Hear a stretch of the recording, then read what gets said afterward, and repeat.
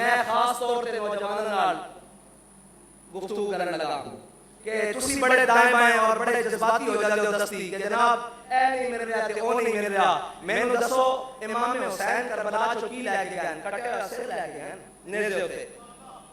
हां जे इस रास्ते ते आयो ते यकीन नाल जाओ कि बाबा जी पढ़ा करते सन ना कि जिस सर को झुकाना था चाहा था शाम वालों ने, हाँ इतना काफी है कि साडा सिर किसी यजीद दे आगे झुकया नहीं बल्कि ऐन करके सामने खड़ा।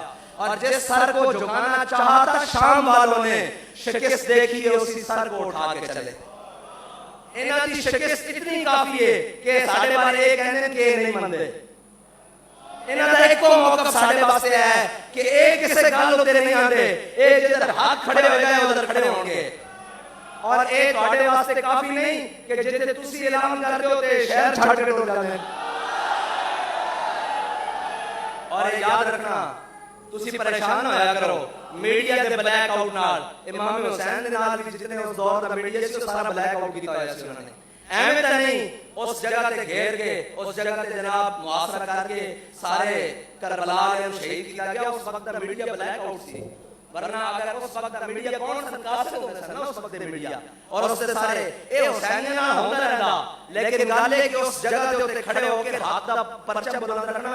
और बाबा जी पढ़दे सन कि शिमर का खंजर गुलूए खुश पर चलता रहा, बज़्म में हक रोशन रही और हक का दिया जलता रहा। कट गया लेकिन क़यामत तक हक दी बज़्म रोशन है। उस दे अंदर कोई ना कोई अपने खून दी आबियारी वास्ते आंदा रहेगा।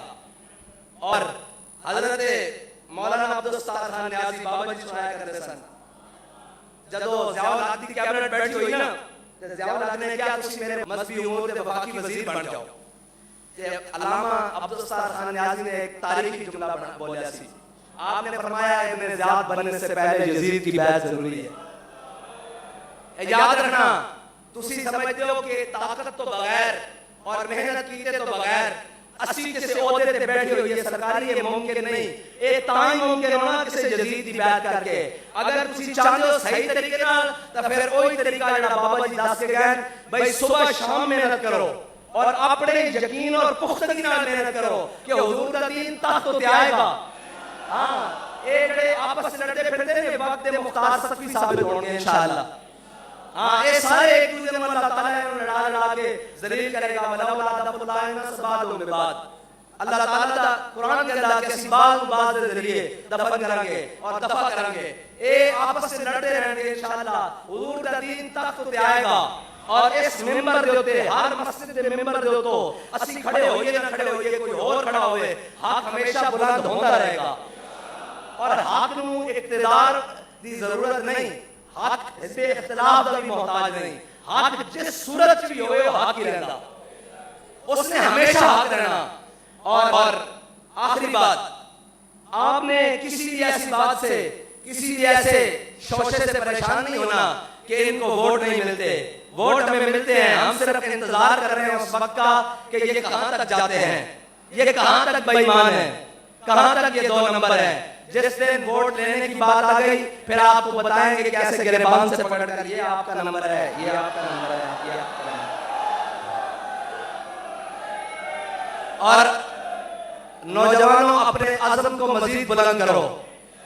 हाँ और ये पिलपली और ठंडी और छोटी छोटी बातों से दीन तख्त पर नहीं आएगा। दीन तख्त पर उसी रवैये से आएगा जो रवैया अमीरुल मुजाहिदीन का था, जो बात अमीरुल मुजाहिदीन की थी। हाँ और जनाब जो जज्बा अमीरुल मुजाहिदीन का था उसी जज्बे से दीन तख्त पर आएगा और इंशाअल्लाह आएगा। हाँ और रही बात जो इसके उसलूब और जनाब चीजें हैं उनको हम अच्छे तरीके से इस्तेमाल करेंगे और इंशाअल्लाह करेंगे और कर रहे हैं, लेकिन किसी यजीद के हाथ पर बैत नहीं करेंगे। ये बात अटल है, कयामत तक अटल है और इंशाअल्लाह हुजूर के दीन को तख्त पर लाकर छोड़ेंगे और हुसैन के रास्ते के ऊपर चलते हुए लाएंगे इंशाअल्लाह। अल्लाह ताला मुझे और आपको हुजूर से मोहब्बत अता फरमाए और करबलाई किरदार हकीकी मानों में अदा करने की तौफीक अता फरमाए और सुनकर भुलाने की तौफीक न दे बल्कि सुनकर अमल करने की तौफीक अता फरमाए। वाखिर दावाना अल्हम्दुलिल्लाहि रब्बिल आलमीन।